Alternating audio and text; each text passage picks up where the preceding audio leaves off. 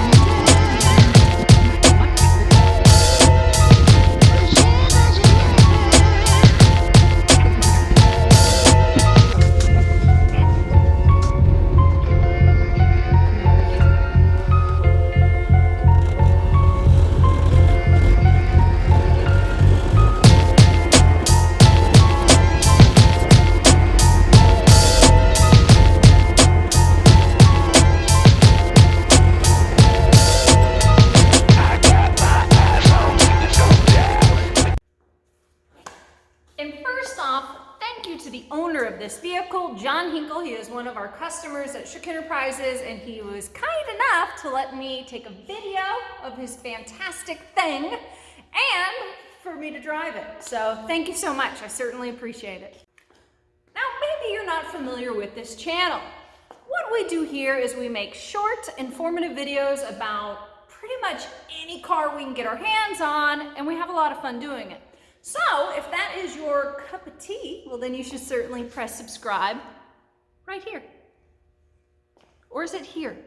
It's a bird, it's a thing, it's a thing! It really is a thing. Now, the Thing, without a doubt, enjoys a cult following. These things have some serious adoration in the classic car collector world.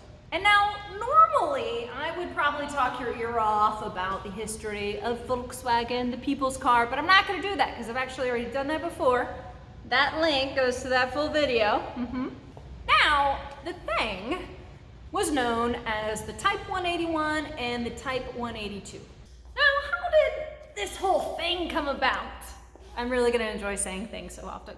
Now, the Thing came about entirely for military purposes, okay? So NATO had a project to create this thing called a Europa Jeep, all right? This is in the 60s, and they're trying to figure this out. And during that time, Volkswagen's pretty clever. They're thinking, well, before that's created, let's create some military-esque car that is composed of some of our other vehicle parts. And this is true. So you have a Karmann Ghia chassis, you have the Type 1 Beetle hiding in there. You also have the Type 2 microbus in there. Smart. So Volkswagen was pretty smart. They didn't have a expensive R&D department on this vehicle.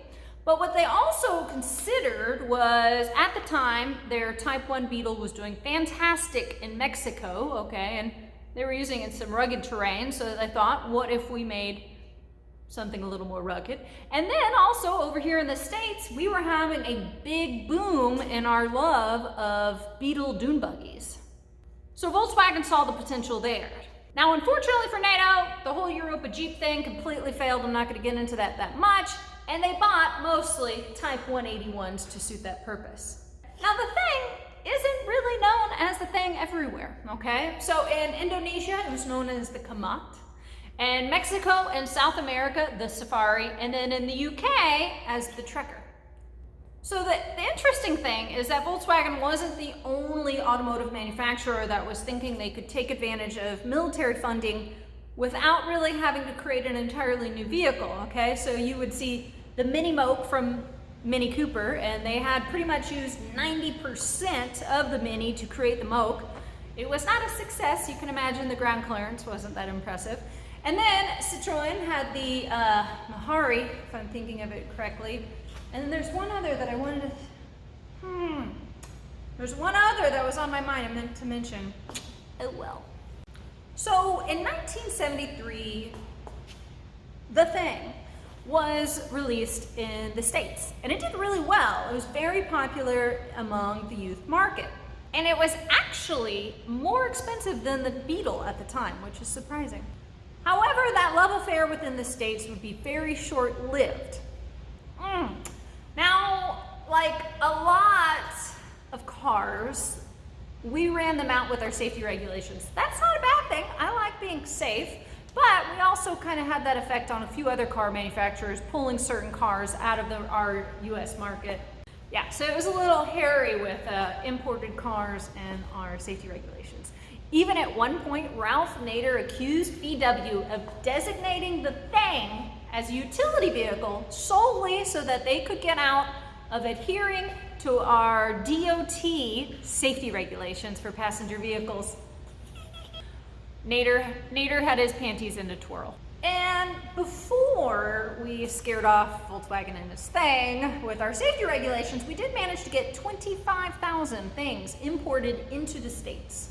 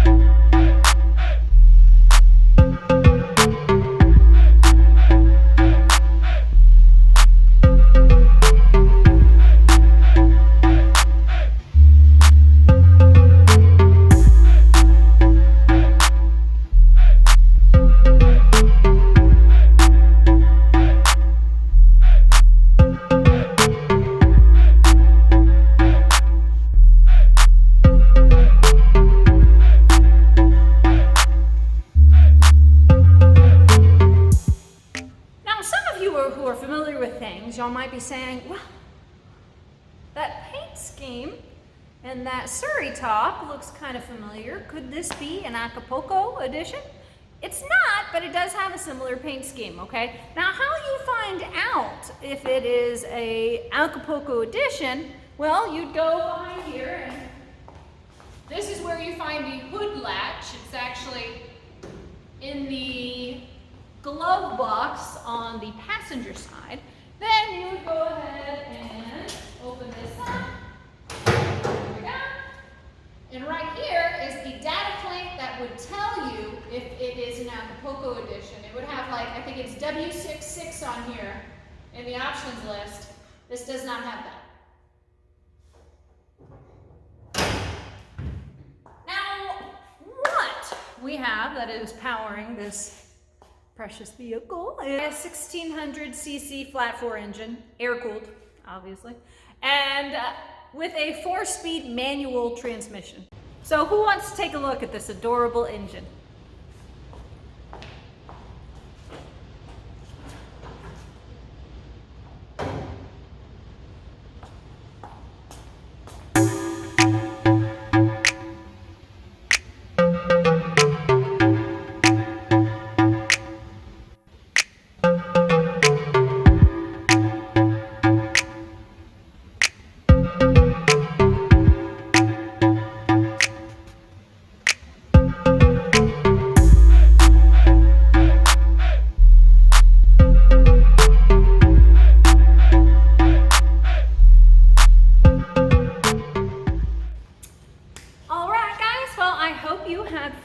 Learning all about this Thing, and much appreciation to the owner, Joe Hinkle, for letting me make a video of his car. I super appreciate that.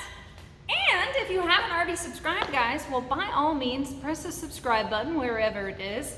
If you have any comments, I mean, what is your favorite Volkswagen? What did you think about the Karmann Ghia? Did I mention that the Karmann Ghia is the chassis for this already? I hope I did.